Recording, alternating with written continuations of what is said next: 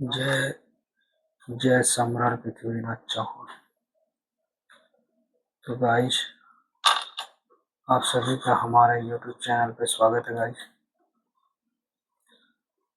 तो आज हमने देखा कि बहुत ही ज़्यादा वीडियो वायरल हो रही है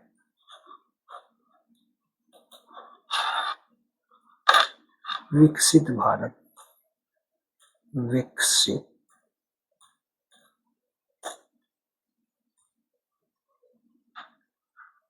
विकसित Bharat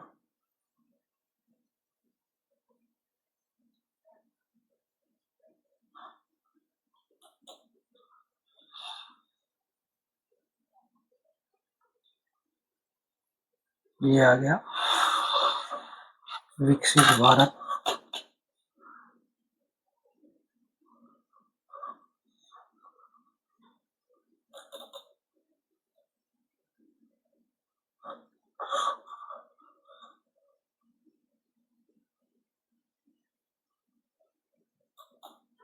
In 2047 has recently emerged as the fastest growing economy, achieving a remarkable GDP growth rate of 8.2% in FY24.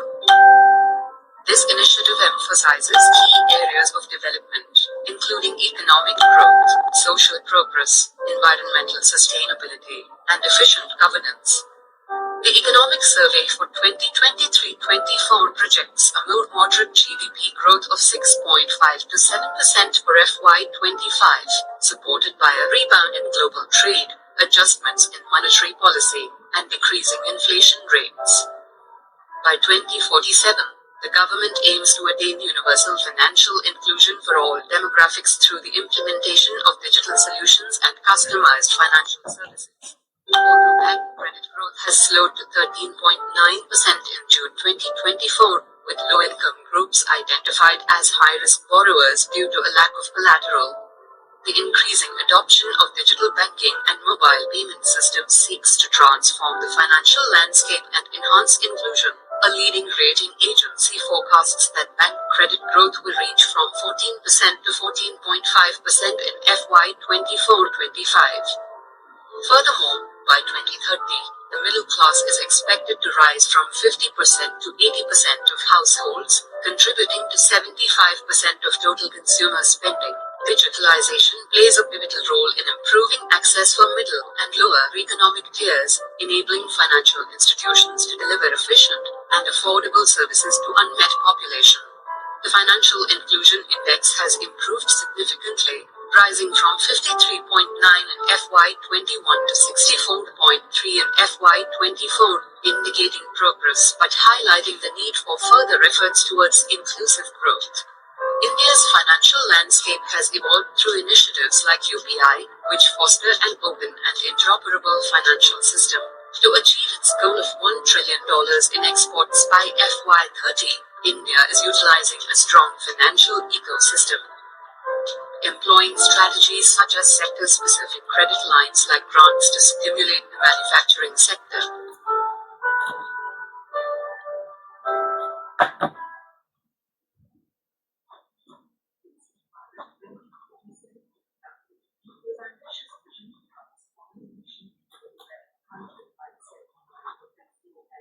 दोस्तों, हम 145 करोड़ हिंदुस्तानी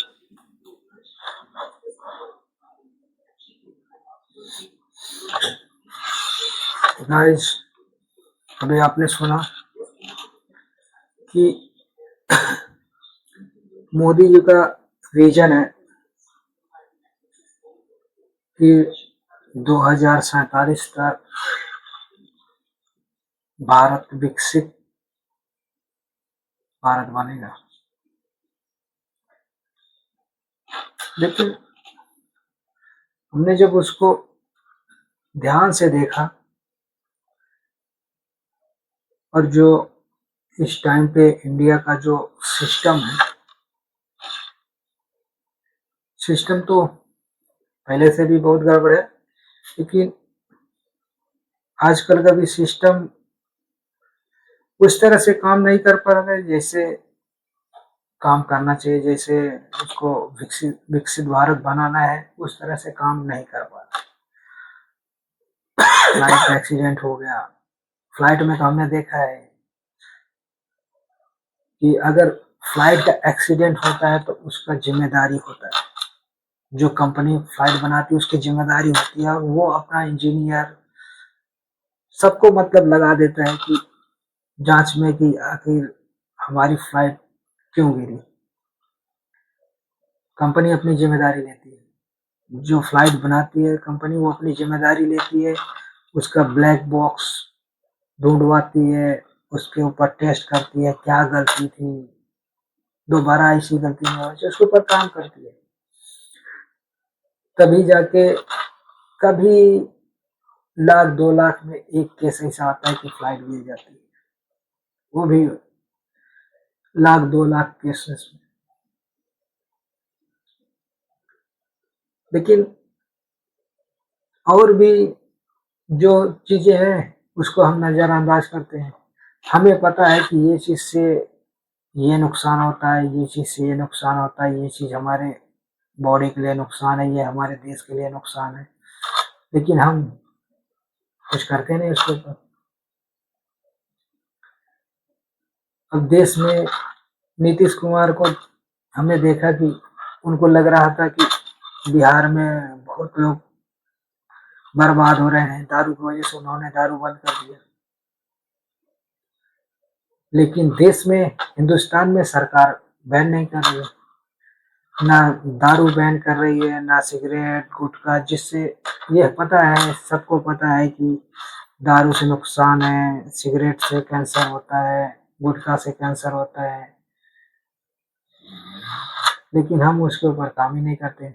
सरकार कोई फायदा दिखता है उसमें, सरकार ये नहीं सोचती है कि ये दारू से कितने घर बर्बाद होते हैं हिंदुस्तान में, कितने घर बर्बाद होते हैं, कितने एक्सीडेंट होते हैं।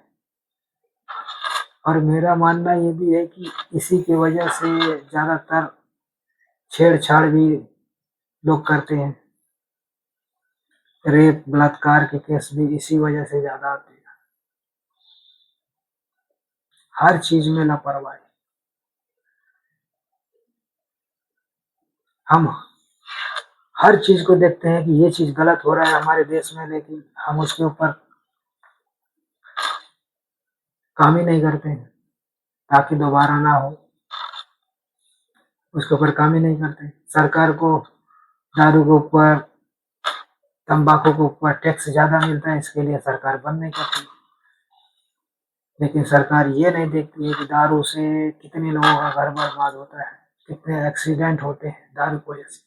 लोग दारू पी के गाड़ी चलाते हैं, लड़ा देते हैं, एक की गलती 2-4 लोग मर जाते हैं, और हम ये देखते रहते हैं मीडिया में कि बस यहाँ एक्सीडेंट हो गया, ये हो गया, फलान का, बस हमने देख लिया, बस उसके ऊपर कुछ काम करना है नहीं। तो इस तरह से तो हमको नहीं लगता है कि हम विकसित भारत बना पाएंगे। विकसित भारत बनाना है तो हर चीज जो देश के लिए फायदेमंद है वो ठीक है, जो देश के नागरिकों के लिए नुकसान दे उसे बंद होना चाहिए।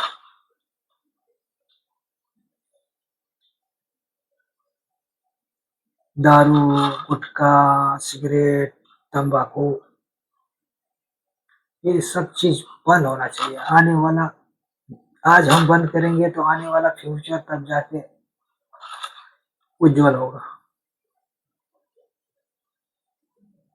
और सरकार को अपना आमदनी बढ़ाने के ऊपर काम करना पड़ेगा, तब तो जाके हम कुछ कर पाएंगे। हमारे पास आमदनी नहीं रहेगी तो हम काम किस तरह से करेंगे, कैसे करेंगे।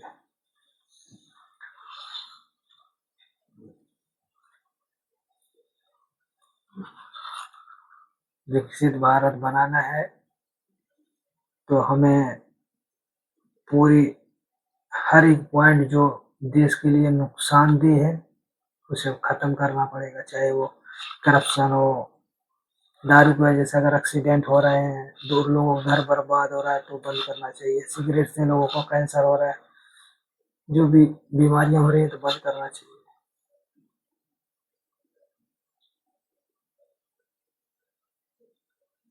जब हमें पता है कि ये चीज देश के लिए नुकसानदेह है तो हमें उसे कठोरता से बंद करना चाहिए। गरीब बेचारा गरीबी रह जा रहा है, अमीर अमीर होते जा रहा है, और 2047 तक ऐसे चलता रहा तो गरीब और गरीब हो जाएगा, अमीर विकसित भारत में चला जाएगा, गरीब बेचारा वैसे ही रह जाएगा।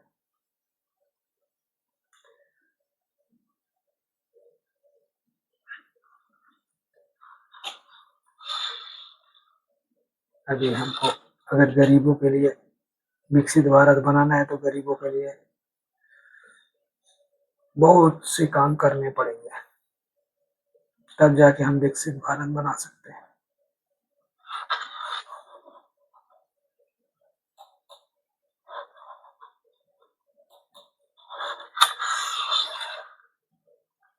अभी मिलते हैं नेक्स्ट वीडियो में, तब तक के लिए बाय। जय श्री राम, जय सम्राट पृथ्वीराज चौहान, भारत माता की जय, वंदे मातरम। देश को विकसित भारत बनाना है तो मजबूती के साथ काम करना पड़ेगा।